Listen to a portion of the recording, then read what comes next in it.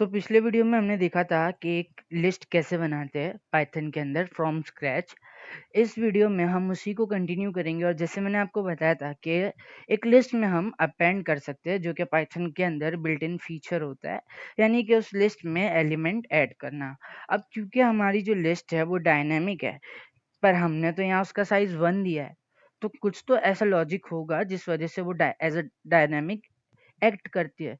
तो होता ये है, डायनामिक लिस्ट का मतलब ये है कि हमारी जो लिस्ट जब फुल हो जाएगी, उसके बाद जब भी हम उसमें अपेंड करने जाएँगे, तो क्या होगा, जो लिस्ट का साइज़ था, उसका साइज़ डबल हो जाएगा। वही साइज़ अगर सपोज़ उसमें 4 एलिमेंट आ सकते थे, तो अब उसमें 8 एलिमेंट आएँगे और वही साइज़ की एक दूसरी लिस्ट बन जाती है और उस लिस्ट में हम जितना भी एलिमेंट पहली वाली लिस्ट में था, वो ऐड कर देते और फिर वो लिस्ट को ही हम ऐसा कंसिडर करते हैं कि जो हमारी लिस्ट बनी हुई थी वो लिस्ट ही वही लिस्ट है जो हमने अभी बनाई है। आई होप आपको ये समझ आ रहा होगा। मैं प्रैक्टिकली करके दिखाऊंगा तो आपको और बेटर समझेगा। तो लेट्स स्टार्ट। तो सबसे पहले हमें डिफाइन करना पड़ेगा अपेंड फंक्शन को, जिसके मदद से हम अपेंड करवाएंगे एक आइटम को, यानी हम किसी एक वैल्यू को उस लिस्ट में ऐड करेंगे। अब ऐड करना है लिस्ट में, तो इसके लिए लॉजिक यही रहेगा कि पहले हम चेक करें कि क्या हमारी लिस्ट की जो साइज है वो मतलब हमारी लिस्ट भरी हुई तो नहीं है। तो ये चेक करने के लिए एकदम सिंपल लॉजिक ये है कि हमारी लिस्ट कब भरी हुई होगी, जब उसमें सारे एलिमेंट्स प्रेजेंट हो जितनी उसकी साइज है। जैसे यहाँ पे पहला केस देखे, तो हमारा जो एलिमेंट है यानी लिस्ट है, उसका साइज 1 है और उसमें एलिमेंट फिलहाल के लिए 0 है। पर जैसे ही हम अपेंड करेंगे उसमें कोई भी एलिमेंट, तो वो लिस्ट का साइज तो फुल हो जाएगा। उस केस में हमारा जो साइज ऑफ लिस्ट था और लिस्ट और एलिमेंट का जो साइज है, यानी कि size dot n number of elements, वो दोनों भी इक्वल आ जाएंगे। तो हम लिखेंगे if self dot size equal to self dot n. पर क्योंकि हम n को कंपेयर कर रहे हैं, तो मैं प्रिफर करूंगा self dot n equal to self dot size. अगर नंबर ऑफ एलिमेंट्स इक्वल आ जाते हैं हमारे साइज के, उस केस में हमें क्या करना होगा, तो उस केस में हमें रिसाइज करनी होगी। क्या करनी होगी? रिसाइज। किस चीज को? हमारी लिस्ट को। तो अब रिसाइज करने के लिए हम फिर से सेल्फ डॉट रीसाइज करके एक फंक्शन बनाएंगे। अब उसको भी आप underscore underscore resize underscore array नाम दे दो। नाम आप कुछ भी दे सकते हो, बस मेक श्योर कि आप उसके आगे एक सेल्फ लगा रहे हो। अब क्योंकि मैंने कहा रिसाइज करेंगे, तो रिसाइज में जैसे मैंने आपको बताया, वो क्या होगी, उसकी जो ओरिजिनल साइज थी सेल्फ डॉट साइज, उससे हम उसको इंटू 2 कर देंगे। यानी अब वो साइज कितनी हो गई है? डबल हो गई है डायरेक्टली। आई होप आपको इतना पार्ट समझा होगा। सपोज ये करते हैं कि वो जो हमारी एरे है, जैसे हमारा पहला कंडीशन का केस है, उसका साइज है 1 और उसमें नंबर ऑफ एलिमेंट एक भी नहीं है। तो उस केस में क्या होगा? उस केस में अच्छा, उस केस में क्या होगा? उस केस में ये होगा कि हमें उसमें एक एलिमेंट अपेंड करना है। तो सेल्फ डॉट ए हमारी एरे है, उसका अगर हमें एलिमेंट एक्सेस करना है, तो वो self dot n element access करना है, राइट? क्योंकि उसमें हमारा जो सेल्फ डॉट एन एलिमेंट पहला एलिमेंट होगा, यानी कि हम उसमें कुछ वैल्यू स्टोर करना है और वो वैल्यू स्टोर क्या रहेगी? आइटम, जो हमें यहाँ पे मिलेगा अपेंड फंक्शन के थ्रू। मतलब होगा ये कि सेल्फ डॉट ए, यानी कि ए वाली एरे में ये जो नंबर पे है, मतलब अब सेल्फ डॉट एन क्या होगा? एन इंक्रीज होते जाता है, तो आगे वाला एन की वैल्यू हमारे पास ऑटोमेटिक रहेगी। वो कैसे रहेगी हमें नेक्स्ट लाइन से पता चलेगा। तो उस पोजीशन पे मैं चाहूंगा कि ये आइटम स्टोर हो जाए। तो नेक्स्ट लाइन में हम क्या करेंगे? जैसे एन एक काउंटर की तरह काम कर रहा है, ठीक है, तो हमने कहा जैसे ही मैं आइटम को इंसर्ट कर दूं वो लिस्ट में, आप क्या कर दो? इंक्रीमेंट कर दो लिस्ट के नंबर ऑफ एलिमेंट्स को बाय 1। ये कोड सेम ऐसा कर रहा है, self dot n equal to self dot n plus 1। तो इसको आप ऐसे भी लिख सकते हो। ओके, तो यहाँ तक आई होप आपको समझ आया होगा। तो इसमें हमने कुछ किया नहीं है, बस एक लिस्ट में एलिमेंट ऐड किया है।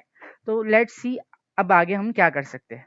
तो अब जैसे ही इसको एलिमेंट ऐड किया मैंने, अब हमें ये एलिमेंट ऐड करने के अलावा रिसाइज फंक्शन को भी खुद से बनाना पड़ेगा। तो रिसाइज फंक्शन को कैसे बनाएंगे? तो लेट्स सी, डिफाइन करेंगे हम resize underscore underscore resize underscore array को। और ये क्या लेगा? ये भी सेल्फ लेगा। राइट, और नई कैपेसिटी लेगा, नई कैपेसिटी लेगा, और नई कैपेसिटी होगी क्या, the same element which we are passing right here, यानी self dot size into two, यानी इस बार हमारी जो साइज रहेगी वो डबल हो जाएगी। अब क्योंकि हमें पता है हमारी जो साइज है वो डबल हो जाएगी, तो पहले तो हमें एक काम करते हैं, एक बार एरे बना लेते हैं, है ना, क्योंकि हमें एरे बनाना है, और इस बार जो एरे रहेगी वो रहेगी बी नाम की, आप कोई भी नाम दे सकते हो, मैंने बी दिया। और इस बार भी मैं बनाने के लिए तो सेम ही फंक्शन यूज करूंगा, पर यहाँ पे इसको बनाते वक्त मैं न्यू कैपेसिटी पास कर दूंगा कि आपको एरे तो बनानी है फंक्शन भैया, मेक एरे जो फंक्शन है आप उसको कॉल कर रहे हो, बोले एक एरे बना के दे, पर उस एरे का जो साइज है अब इस वक्त आप ले रहे हो self dot size into two, यानी आपने साइज को डबल कर दिया। अब जैसे ही साइज डबल हो गया आप बोल रहे हो कि भाई सुन लो हमारा जो साइज है वो चेंज हो चुका है, क्या चेंज हुआ है, न्यू कैपेसिटी हो चुका है। आई होप यहाँ तक समझ आया होगा। अब जैसे ही ये साइज चेंज हो गया तो यहाँ पे हमारा रीसाइजिंग का काम तो कंप्लीट हो गया। अब रीसाइजिंग का काम कंप्लीट होने के बाद में भी ये तो सिर्फ साइज बड़ा है, लेकिन जो हमारा पुराना लिस्ट था या एरे था उसके एलिमेंट्स भी तो हमें जो हमारी नई एरे है उसमें लाने होंगे, राइट। तो उसमें लाने के लिए हम क्या करेंगे, एक फॉर लूप लगाएंगे जो कि चलेगा i in range self dot n तक, यानी जितने एलिमेंट्स प्रेजेंट है, ठीक है। अब एक काम करते हैं हम, क्योंकि हमने यहाँ पे नंबर ऑफ एलिमेंट्स, अच्छा हाँ, क्योंकि यहाँ पे साइज है तो कोई प्रॉब्लम नहीं है, अगर आप भी कंफ्यूज होते हो तो कंफ्यूज नहीं होना है। हमने साइज चेंज किया, हमारे पास दो वेरिएबल थे, मैंने जैसे आपको बताया कि n जो है वो काउंटर वेरिएबल है, तो हम ये कह रहे हैं कि जो पुरानी लिंक लिस्ट थी, पुरानी लिस्ट थी, पुरानी एरे थी, पुरानी डायनेमिक लिस्ट के अंदर जितने एलिमेंट्स थे उतनी बार हमें ये इटरेशन करना है, सेल्फ डॉट एन करना है।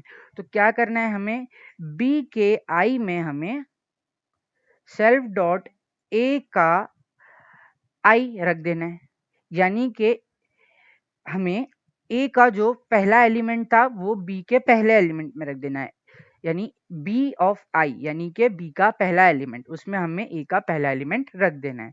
अच्छा, तो इतना आप लोगों को आई होप समझा होगा।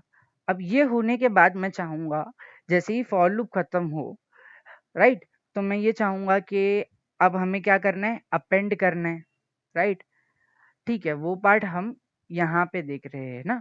तो ये जैसे इतना काम होगा तो क्या हो जाएगा, पहले हमने रिसाइज कर दिया, रिसाइज करने के बाद में हमने सारे एलिमेंट्स जो कि ए में थे उसको बी में ले आए। अब मैं ये चाहूंगा कि जैसे फॉर लूप टर्मिनेट हो, हमारी असल एरे तो सेल्फ डॉट ए थी ना जिस पे हम काम कर रहे थे, अब वापस से बी यूज करना तो हेडेक हो जाएगा, तो मैं ये चाहूंगा कि सेल्फ डॉट ए में बी वापस आ जाए, यानी कि अब हमारी जो ए वाली एरे है वो बढ़ चुकी है और उसमें स्टोर कर दिया हमने बी वाली एरे जिसका साइज ए वाली एरे जो ओरिजिनल थी उससे डबल है, यानी अब ए के अंदर ही उसके एलिमेंट्स वाली एक डबल साइज की एरे आ चुकी है। अब यहाँ पे ये रीसाइज कर देगा, रीसाइज करने के बाद इफ ब्लॉक के ये बाहर आएगा तो वो ये सारे कोड को एग्जीक्यूट करेगा।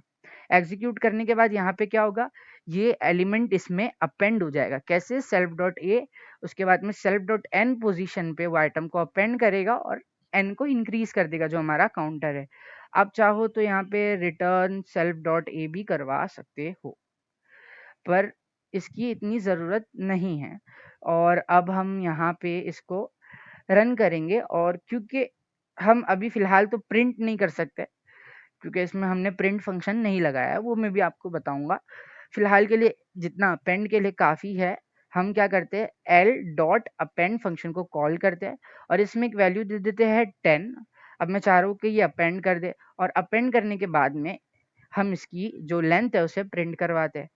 तो आप देख सकते हो उसकी लेंथ अब 1 हो गई है, तो यानी हमारा अपेंड फंक्शन काम प्रॉपरली कर रहा है। अब एक और बार अपेंड फंक्शन कॉल करते हैं और इस बार मैं ए बी सी स्टोर करवाता हूँ, तो अब देख सकते हो आप इसकी लेंथ 2 हो गई है। अब सिमिलरली हम इसमें जो एलिमेंट चाहे जिस टाइप का चाहे वो अपेंड कर सकते हैं, जैसे एक फ्लोट वैल्यू ले लेते हैं और एक बूलियन वैल्यू भी ले लेते हैं। तो हमने एक बूलियन वैल्यू बीच में स्टोर कर दिया। अब क्योंकि हमने 4 एलिमेंट इंसर्ट किया है तो यहाँ पे उसकी लेंथ जो है वो 4 हो गई है, लेकिन हम यहाँ पे प्रिंट नहीं कर पा रहे हैं, तो वो प्रिंट करने के लिए हमें एक फंक्शन बनाना पड़ेगा। और मैं ये चाहता हूँ कि ये जो एल डॉट प्रिंट था ना, एल फंक्शन के अंदर हम मतलब प्रिंट फंक्शन के अंदर हम एल को कॉल कर रहे थे, मैं चाहूंगा कि ये ही यूज करके मैं प्रिंट करवाऊँ। तो यहाँ पे भी हम फिर से मैजिक फंक्शन का यूज करेंगे, और मैजिक फंक्शन को यूज करने के लिए हम अंडरस्कोर अंडरस्कोर str लगाएंगे। ये हमारा प्रिंट फंक्शन की तरफ ले जाएगा, हमें सेल्फ लेगा और प्रिंट करने में हेल्प करेगा। तो यहाँ पे हम रिजल्ट नाम की एक स्ट्रिंग बना देते हैं जो कि स्टार्टिंग में एम्प्टी है। उसके बाद में हम इटरेट करवाएंगे फॉर आई इन रेंज। अब फॉर लूप लगाना है, इटरेट किस में करना है, जो हमारा काउंटर था उतने एलिमेंट्स तक हम इटरेट करवाएंगे।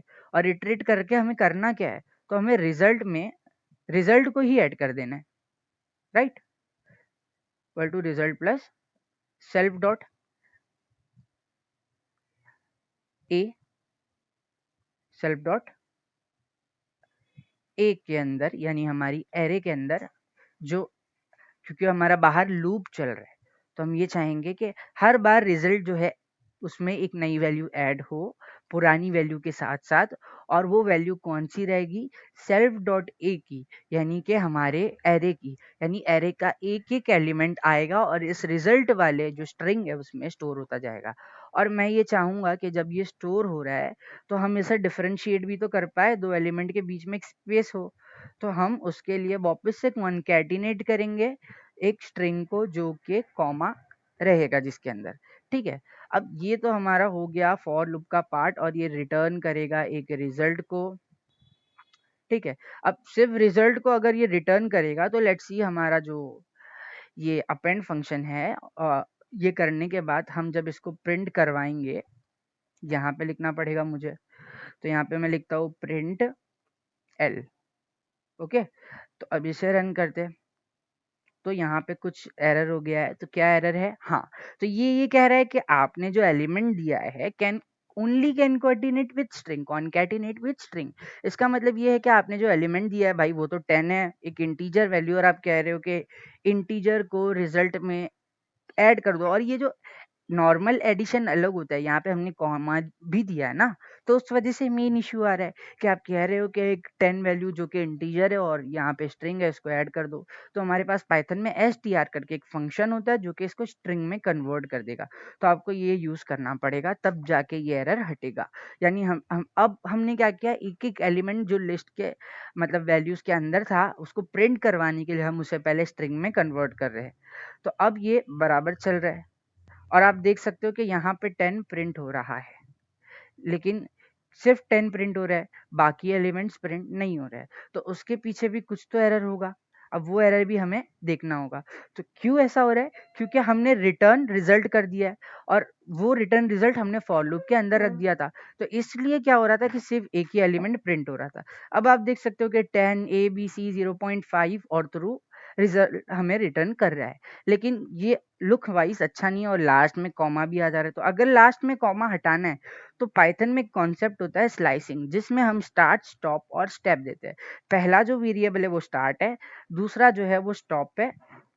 तो हम स्टॉप करना चाहेंगे -1 पोजीशन पे, यानी कि लास्ट वाली पोजीशन को हमें कंसिडर नहीं करना है। और इस केस में अगर मैं रन करूँ कॉन्कैटिनेट करते हुए, तो आप देख सकते हो कि मैंने यहाँ पे ऐड किया, और यहाँ पे भी मैं कॉन्कैटिनेट कर दूंगा ये वाले सिंबल को और ऐड कर दूंगा। तो इससे होगा ये कि हमारा जो रिजल्ट है उसमें ये जो लिस्ट का जो फॉर्मेट रहता है स्क्वायर ब्रैकेट वो ऐड हो जाएगा, और ये लास्ट एलिमेंट यानी जो हमारा कॉमा है उसको, लास्ट वाला जो कॉमा है उसको डिलीट करके हमें देगा। तो लेट्स सी इसे रन करते क्या आउटपुट आता है। तो अब आप देख सकते हो कि हमारी लिस्ट बिल्कुल तैयार हो चुकी है प्रिंट करने के लिए। अब इसके अलावा भी एक प्रॉब्लम है कि हम अगर लिस्ट का कोई एक स्पेसिफिक एलिमेंट प्रिंट करवाना चाहे तो ये तो प्रिंट नहीं करेगा। जैसे मैंने कहा print L of 0, let's see ये क्या एरर देता है। तो ये देख सकते हो कि ये पॉसिबल नहीं है ये कह रहा है, लेकिन जब आप पाइथन में बिल्ट इन यानी लिस्ट यूज करोगे तब तो ये पॉसिबल था। तो हमें इसको पॉसिबल करवाना पड़ेगा। उसके लिए मैं एक और मैजिक फंक्शन यूज करूंगा गेट आइटम करके, और इसमें हम पास करेंगे सेल्फ और इंडेक्स, क्योंकि वो इंडेक्स बेस्ड है। और हम कहेंगे कि रिटर्न कर दो भाई सेल्फ के एरे के अंदर वो इंडेक्स को, यानी जब भी आप इंडेक्स पास होगी तो आप सेल्फ डॉट एरे में से वो इंडेक्स वाले एलिमेंट को रिटर्न करना। तो अब इसे समझ आ गया कि रिटर्न करना क्या है, तो ये प्रॉब्लम नहीं देगा। Let's see. तो अब आप देख सकते हो कि ये 10 को प्रिंट कर रहा है। अब जो एलिमेंट आपको प्रिंट करवाना है आप उसे प्रिंट करवा सकते हो। जैसे मुझे लास्ट एलिमेंट प्रिंट करवाना है, अगर मैं यहाँ पे -1 दूँ तो ये क्या प्रिंट कर रहा है, ट्रू प्रिंट कर रहा है, यानी मेरा लास्ट एलिमेंट ये प्रॉपरली प्रिंट कर रहा है। आई होप आपको यहाँ तक समझ आया होगा। सो मिलते हैं नेक्स्ट वीडियो में। कोई भी डाउट हो तो आप मुझसे पूछ सकते हो। और इसके अलावा एक और चीज़ जो रह गई थी वो ये है कि यहाँ पे ये जो है ये फंक्शन को कॉल कर रहा है, ये बताना नेक्स्ट वीडियो पिछले वीडियो में रह गया था। यानी कि जो हमने यहाँ पे इसको यूज़ किया है कैपेसिटी, जो हमारा सेल्फ डॉट साइज है, उस टाइप ऑफ ऑब्जेक्ट यानी पाइथन टाइप के ऑब्जेक्ट को ये बनाएगा और इसको कॉल करना पड़ता है। तो ये कॉलिंग का जो काम है ये दो पैरेंथेसिस कर रहे हैं। आई होप को समझ आया होगा। Thank you.